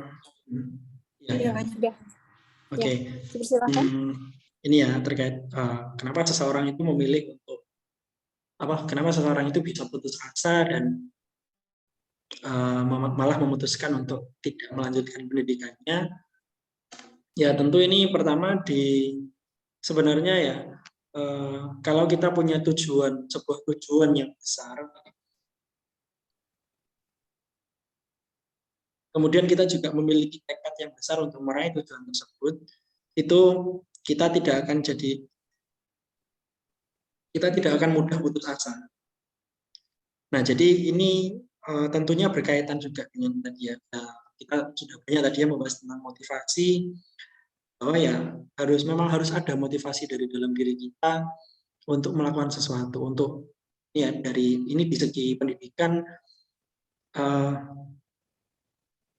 Nah, ini banyak mengambil keputusan untuk keluar dari sekolah dan memilih untuk menikah. Nah, ini terkait dengan ini ya, karena memang setiap orang memiliki sudut pandang terhadap pendidikan yang berbeda-beda. Ada orang-orang yang merasa bahwa pendidikan itu tidak perlu, pendidikan secara formal ya di sini. Pendidikan secara formal itu tidak perlu. Yang penting kita bekerja, yang penting nanti kita menikah, dan hanya seperti itu saja. Nah, itu mungkin mereka memandang dunia itu sangat sempit, hanya di sekelilingnya saja. Padahal tidak. Dunia itu luas, dunia itu banyak hal yang perlu kita pahami, banyak hal yang perlu kita jelajahi lebih dalam. Maka dari itu kita harus memperluas pandangan kita terkait dengan pendidikan ini ya khususnya, karena memang pendidikan ini merupakan salah satu senjata kita untuk melawan banyak sekali problem-problem kemanusiaan seperti kebodohan, kemiskinan, dan lain-lainnya. Nah, ini jadi salah satu senjata kita. Sehingga teman-teman ketika belajar itu jangan diniatkan hanya untuk ya sudah saya belajar ya belajar, tapi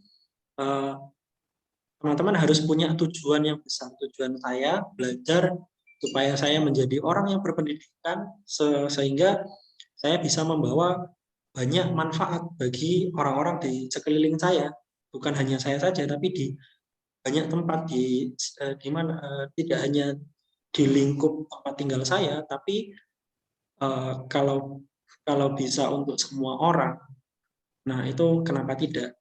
Maka dari itu tujuan teman-teman belajar memang harus ada ini. Teman-teman belajar itu memang harus ada manfaatnya bagi orang lain. Nah dari sana teman-teman akan sedikit demi sedikit akan termotivasi untuk belajarnya, sehingga teman-teman ketika datang ke sekolah tidak hanya duduk diam, guru bilang begini iya, guru bilang begitu iya, tapi teman-teman juga ada tujuan yang ingin dicapai. Ketika teman-teman hadir di sekolah, ketika teman-teman hadir memperhatikan materi yang disampaikan guru, nah itu teman-teman ada sesuatu yang benar-benar ingin dicapai. Dari sana bisa jadi motivasi itu muncul sehingga kita tidak lagi mudah putus asa. Ya kan orang-orang yang putus asa itu ya karena mereka tidak lagi punya motivasi. Mereka tidak punya motivasi karena mereka berpikirnya begini, buat apa kita sekolah? Yang penting kan kita bekerja, yang penting kan kita menikah, yang penting kita bisa hidup begitu saja. Padahal tidak. Pendidikan itu bukan hanya untuk bekerja saja, tapi juga untuk kemanfaatan yang lainnya.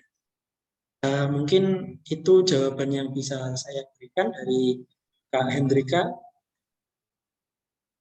Ya, kurang lebihnya saya mohon maaf. Oke. Nah, sebelum kembali ke Kak Hendrika, kita dengerin dulu ya pendapat dari Kak Vina. Kak Vina, dipersilahkan. Oke, jadi sebenarnya kan juga sama ya, karena kalau kita memang kalau kita punya tujuan dan tekad untuk meraih itu, kita tuh gak kira sampai putus asa gitu kan. Jadi memang kembali lagi ya, jadi kita itu memang harus punya motivasi. Jadi mereka putus sekolah itu kan karena mereka itu gak punya motivasi atau dorongan gitu. Jadi sehingga membuat mereka itu ya putus sekolah gitu. Jadi kembali lagi sih kataku harus punya motivasi itu sendiri. Oke, gimana Kak Hendrika tanggapannya?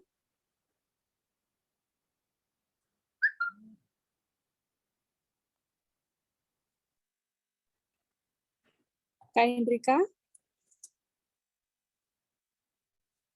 Hendrika tadi kayaknya juga terkendala terkait jaringan. Oh ini. Ya, terima kasih. Oke, Ya, Kak. sama-sama. Terima kasih atas jawabannya. Iya, terima kasih. Terima kasih kembali Kak Hendrika. Oke, sudah ya ini berarti ya? Sudah semua ya? Oke, terima kasih. Seru banget ya, seru sekali, antusias teman-teman yang sangat-sangat luar biasa ini. Nah, kita ke next ya. Nah, baik, untuk teman-teman yang berbahagia, alhamdulillah rangkaian sesi diskusi webinar pada hari ini sudah terlaksana dengan baik. Nah, baik di sini ada Kak Wenike selaku panit saya akan memaparkan kesimpulan terkait diskusi pada hari ini. Kepada Kak Wenike dipersilahkan. Terima kasih Kak Tias untuk kesempatannya. Saya sebagai notulen akan menyampaikan hasil notulensi webinar kita pada hari ini. Jadi dari materi yang sudah disampaikan materi, saya menyimpulkan bahwa self-regulation learning adalah suatu kemampuan yang menuntut usaha aktif dari siswa dalam mengatur dan mengarahkan metakognitif, motivasi, dan perilakunya dalam belajar. Jadi, self-regulation learning ini perlu untuk dimiliki oleh semua siswa agar siswa mempunyai tugas dalam mengatur dan mendisiplinkan dirinya dan dalam mengembangkan kemampuan belajar atas kemauan sendiri, di mana ciri utama suatu proses pembelajaran dengan meregulasi diri adalah dengan siswa menyusun strategi belajar dengan menetapkan tujuan belajar, sumber belajar, dan evaluasi belajar. Sekian hasil notulensinya, saya kembalikan ke moderator. Terima kasih banyak Kak Unike yang sudah memaparkan hasil diskusi pada hari ini. Nah, oke. Kami ucapkan terima kasih banyak kepada narasumber kita pada hari ini, yaitu Kak Jepri Akbar dan Kak Vina, yang sudah berbagi ilmunya kepada kita semuanya. Juga kami ucapkan terima kasih kepada teman-teman audiens yang sudah berpartisipasi dan antusiasnya sangat perlu diapresiasi sekali. Dan boleh dong minta aplaus untuk kedua pemateri kita dan untuk kita semuanya. Mundur cakung Oke, terima kasih. Akhirnya saya Dwi Setianingsih pamit undur diri. Terima kasih atas perhatiannya. Semoga ilmu yang kita dapat pada hari ini dapat bermanfaat. Amin ya rabbal alamin. Nah, untuk selanjutnya saya kembalikan kepada MC, yaitu Kak Elinda Rahmania Putri. Saya persilahkan. Terima kasih untuk Kak Tia selaku moderator pada sesi diskusi hari ini. Wah, ternyata teman-teman di sini banyak juga ya yang tertarik tentang materi apa yang telah dipaparkan oleh kedua narasumber kita. Teman-teman juga banyak yang bertanya ya juga. Hebat sekali teman-teman ini. Semoga dari penyampaian materi dan juga sesi diskusi kita pada hari ini, teman-teman bisa mengaplikasikan pada kegiatan belajar teman-teman setiap harinya. Jadi teman-teman tuh mendapat ilmu yang bermanfaat dari webinar hari ini gitu. Jadi kan nggak sia-sia gitu ya teman-teman. Baik, untuk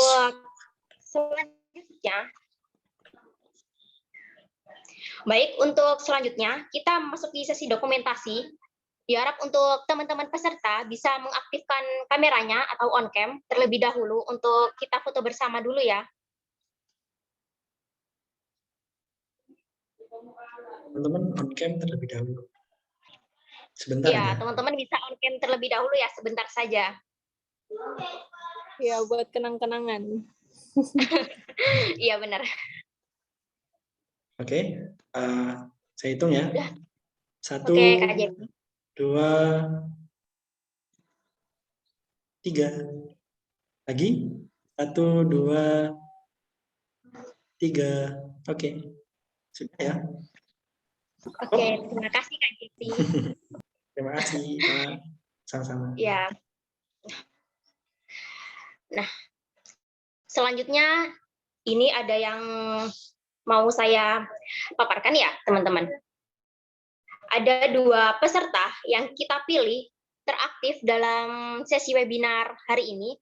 Pada kepo nggak siapa peserta ini dan siapa yang mendapatkan door prize pada hari ini?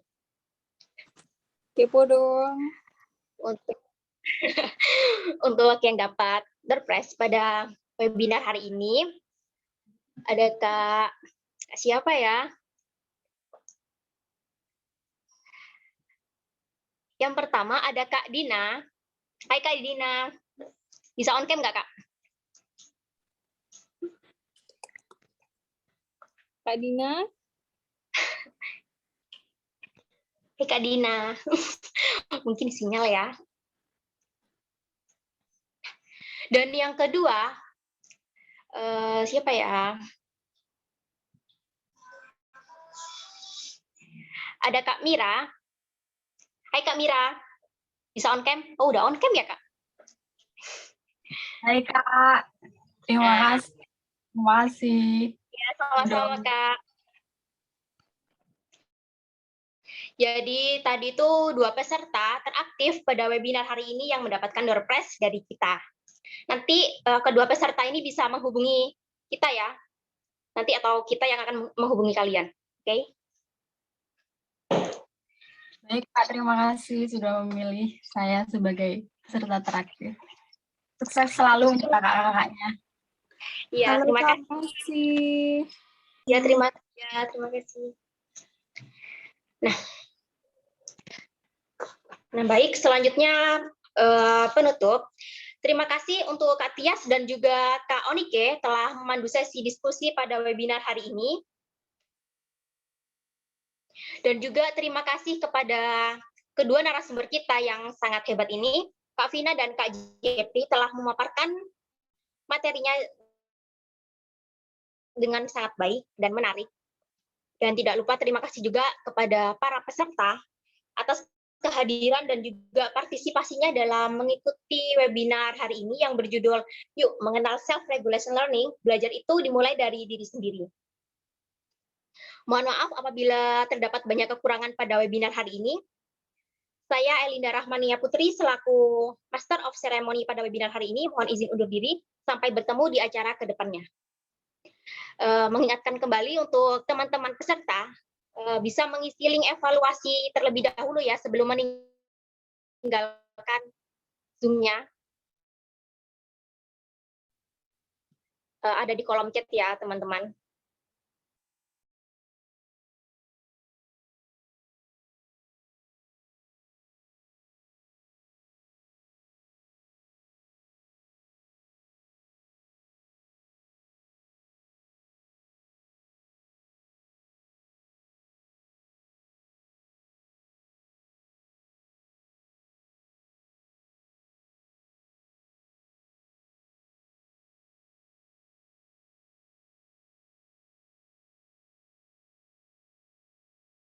Iya Kak Dina, tidak apa-apa.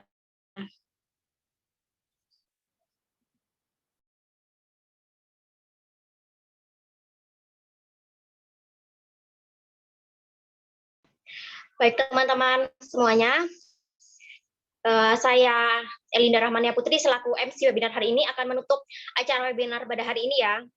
Terima kasih atas partisipasinya. Wassalamualaikum warahmatullahi wabarakatuh. Waalaikumsalam. Terima kasih teman-teman. Waalaikumsalam. Teman-teman. Terima kasih teman-teman. Yuk. Yuk. Waalaikumsalam, Kak. Iya. Live, Kak. Iya, dadah. Ya, silakan. Waalaikumsalam. Jambok larang cakung no.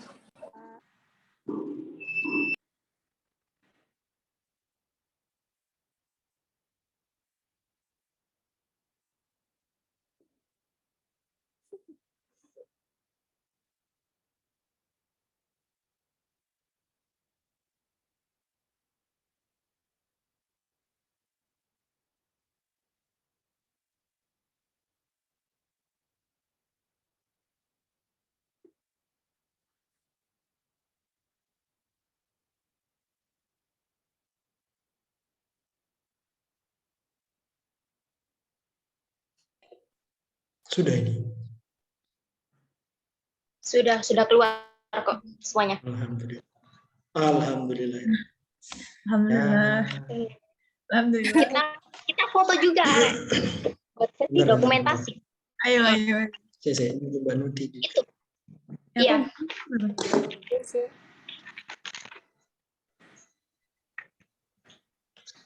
Ini recordingnya tak matikan ya.